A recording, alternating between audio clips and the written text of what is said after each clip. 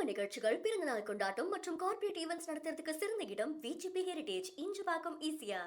MCR Pure Cotton Club, formals and casual shirts. இருமாப்புடன் 200 வெல்வோம் என்று எகத்தால முழக்கமிடும் மக்கள் விரோத ஆட்சியாளர்களுக்கு என் மக்களோடு இணைந்து நான் விடுக்கும் எச்சரிக்கை.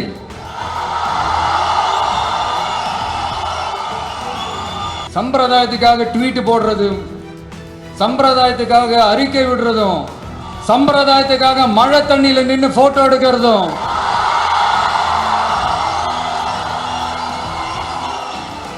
எனக்கு அதுல கொஞ்சம் கூட உடன்பாடே இல்லை. விடுதலை சிறுத்தைகள் தலைவர் திரு தொல் திருமாவளவன் அவர்கள் அம்பேத்கர் அவர்களுடைய புத்தக வெளியீட்டு விழாவிற்கு கூட அவரால் கலந்துக்க முடியாத அளவிற்கு கூட்டணி கட்சிகள் சார்ந்து எவ்வளவு பிரஷர் இருக்கும் என்று என்னால் யூகிக்க முடிந்தாலும் நான் இப்ப சொல்றேன், அவருடைய மனசு முழுக்க முழுக்க இனி நம்மளோட தான் இருக்கும். நீங்க உங்களோட சுயநலனுக்காக பல வழிகளில் பாதுகாத்து வரும் உங்கள் கூட்டணி கணக்குகள் அனைத்தும் 2026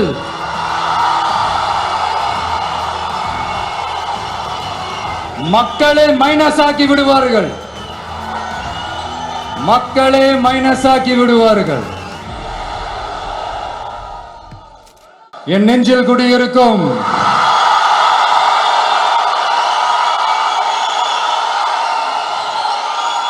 என்னுடைய நண்பா நண்பிகள், தோழா தோழிகள்,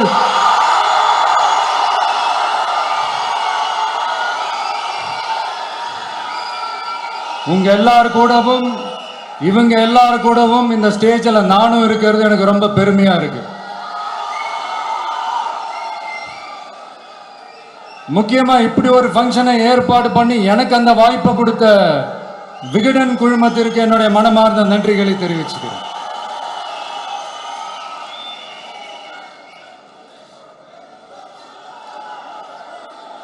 இன்னைக்கும் நிறைய பேர்கிட்ட உங்க ஃபேவரட்டான ஹாலிடே டெஸ்டினேஷன் எதுன்னு கேட்டீங்கன்னா நியூயார்க் சிட்டின்னு சொல்லுவாங்க. ஏன்னா அங்க போய் ஒரு 2-3 நாள் தங்கிட்டு வர்றதே அது ஒரு பெரிய ஸ்டேட்டஸ் ஆகவும் ஒரு பெரிய அச்சீவ்மெண்ட் ஆகவும் நினைப்பாங்க.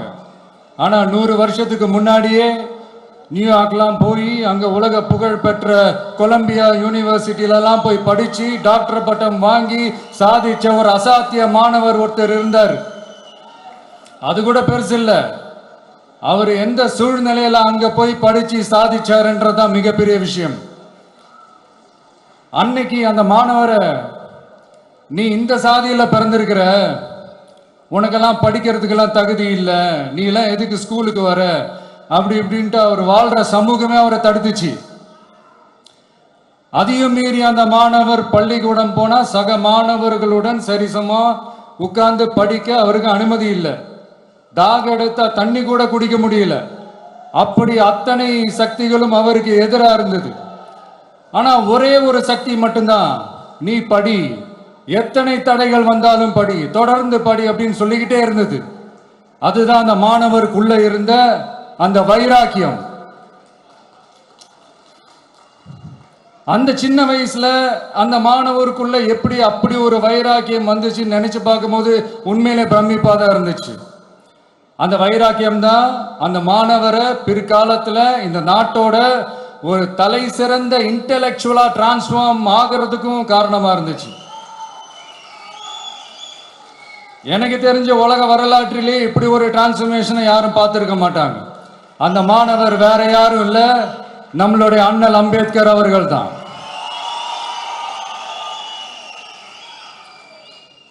வன்மத்தை மட்டுமே தனக்கு காட்டி இந்த சமூகத்திற்கு அவர் திருப்பி என்ன செஞ்சாரு அப்படின்னு அதை படிச்சு பார்க்கும்போது உண்மையிலே மெய்சில் இருக்க வச்சுது.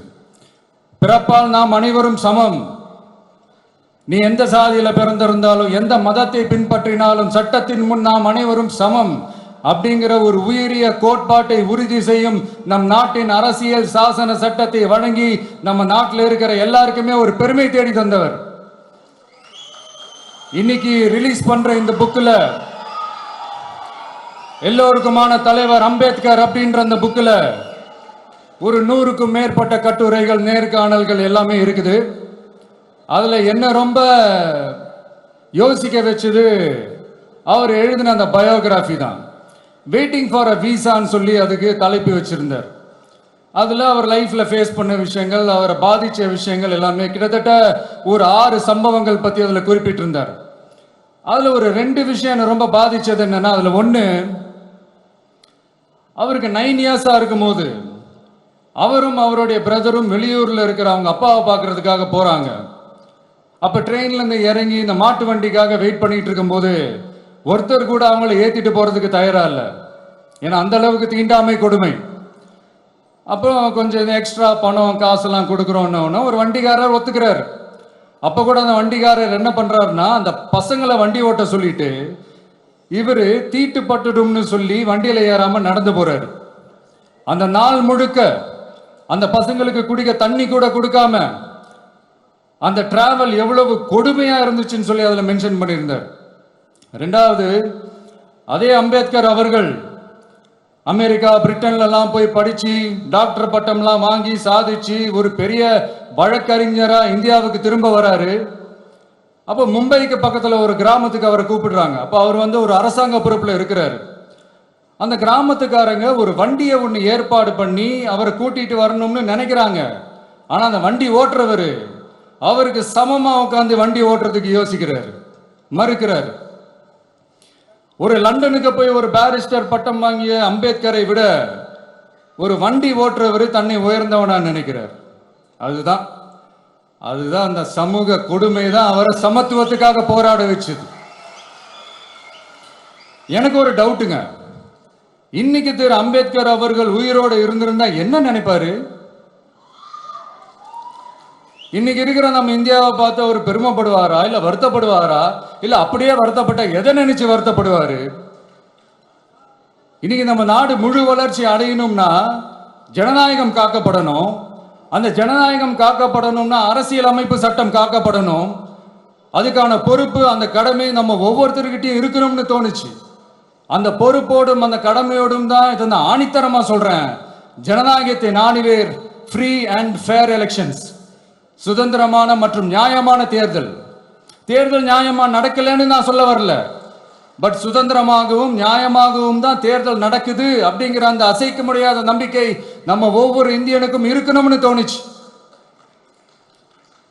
அது அமையணும்னா தேர்தல் ஆணையர்கள் கான்சென்சஸ், அதாவது ஒருமித்த கருத்து அடிப்படையில் மட்டும்தான் நியமிக்கப்பட வேண்டும் அப்படின்றத என்னுடைய ஒரு வலிமையான ஒரு கோரிக்கை.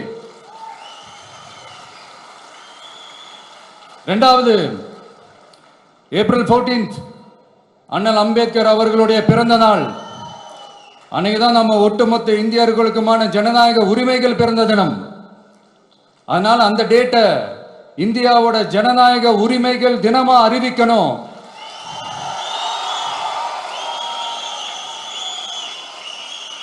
அப்படின்றத என்னுடைய இன்னொரு தாழ்மையான ஒரு வேண்டுகோள். அதை இந்திய ஒன்றிய அரசிடம் நான் முன்வைக்கிறேன்.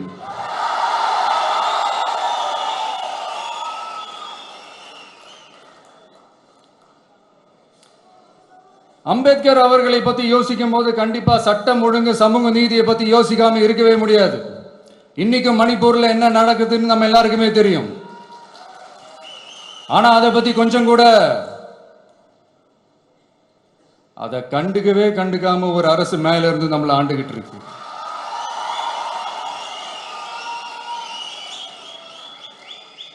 சரி, அங்கதான் அந்த அரசு அப்படி இருக்குன்னா இங்க இருக்கிற அரசு எப்படி இருக்கு?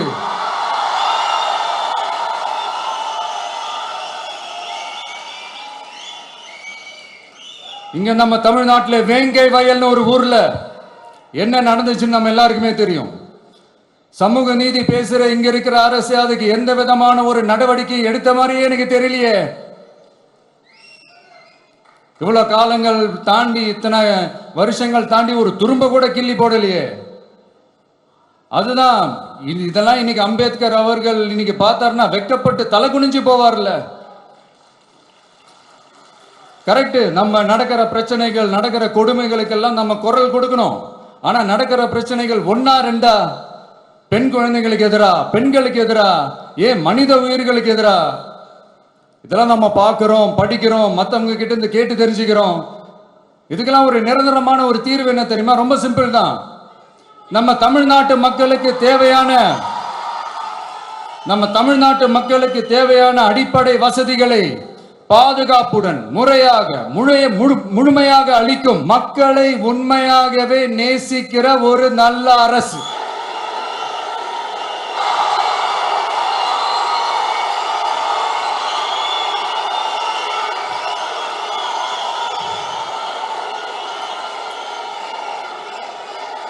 அதான் சொன்னேன், இது அமைஞ்சிட்டாலே போதும். அதான் ரொம்ப சிம்பிள்னு சொன்னேன். அதனால இங்க டெய்லி நடக்கிற பிரச்சனைகளுக்கு சம்பிரதாயத்துக்காக ட்வீட் போடுறதும், சம்பிரதாயத்துக்காக அறிக்கை விடுறதும், சம்பிரதாயத்துக்காக நானும் மக்களோட மக்களா இருக்கிறேன்னு காட்டிக்கிறதும், சம்பிரதாயத்துக்காக மழை தண்ணியில நின்று போட்டோ எடுக்கிறதும்,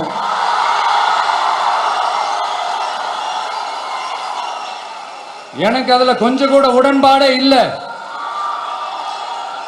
பட் என்ன பண்றது, நம்மளும் சம்பிரதாயத்துக்காக சில நேரத்தில் அந்த மாதிரி செய்ய வேண்டியதா போயிடுது.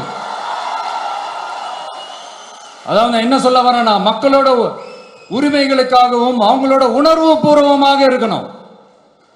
என்ன ஒவ்வொருத்தரும் அவங்க குடும்பத்துல ஒருத்தனா நினைச்சிட்டு இருக்கிற அவங்க தமிழ்நாட்டில் அவங்களுக்கு எங்க என்ன பிரச்சனை நடந்தாலும் அவங்களோட உரிமைகளுக்காகவும் அவங்களோட உணர்வு பூர்வமாக இருப்பேன்.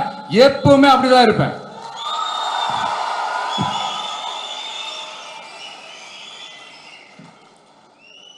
மக்கள் உணர்வுகளை மதிக்க தெரியாத, மக்களுக்கு அடிப்படை சமூக நீதியான பாதுகாப்பை கூட உறுதி செய்ய இயலாத, கூட்டணி கணக்குகளை மட்டுமே நம்பி இருமாப்புடன் 200 வெல்வோம்,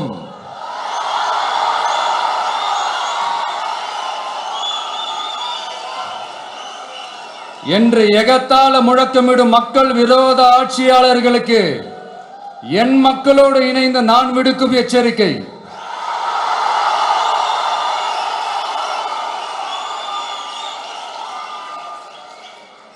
நீங்க உங்களோட சுயநலனுக்காக பல வழிகளில் பாதுகாத்து வரும் உங்கள் கூட்டணி கணக்குகள் அனைத்தும் 2026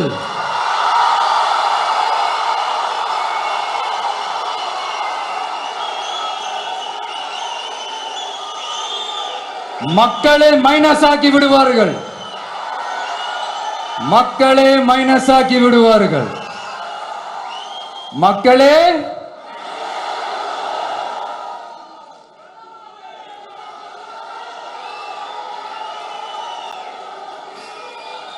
எனக்கு இந்த வாய்ப்பு கொடுத்த விகடன் குழுமத்திற்கும் வந்திருக்கும் பெரியோர்களுக்கும் சான்றோர்களுக்கும் மீண்டும் என்னுடைய வணக்கங்கள், மீண்டும் என்னுடைய நன்றிகள். கடைசி ஒரே ஒரு விஷயம், விடுதலை சிறுத்தைகள் தலைவர் திரு தோல் திருமாவளவன் அவர்கள்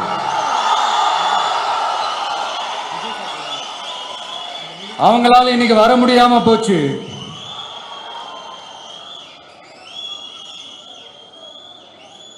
அம்பேத்கர் அவர்களுடைய புத்தக வெளியீட்டு விழாவிற்கு கூட அவரால் கலந்துக்க முடியாத அளவிற்கு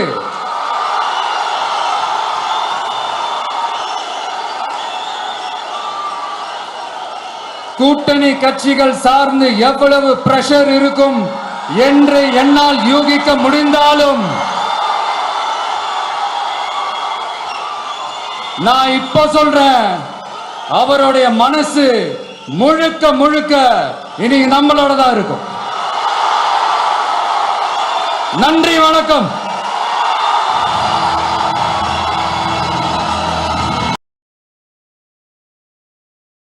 சுப நிகழ்ச்சிகள், பிறந்தநாள் கொண்டாட்டம் மற்றும் கார்ப்பரேட் ஈவென்ட்ஸ் நடத்துறதுக்கு சிறந்த இடம் VGP heritage, Injambakkam, ECR. MCR Pure Cotton Club, formals and casual shirts.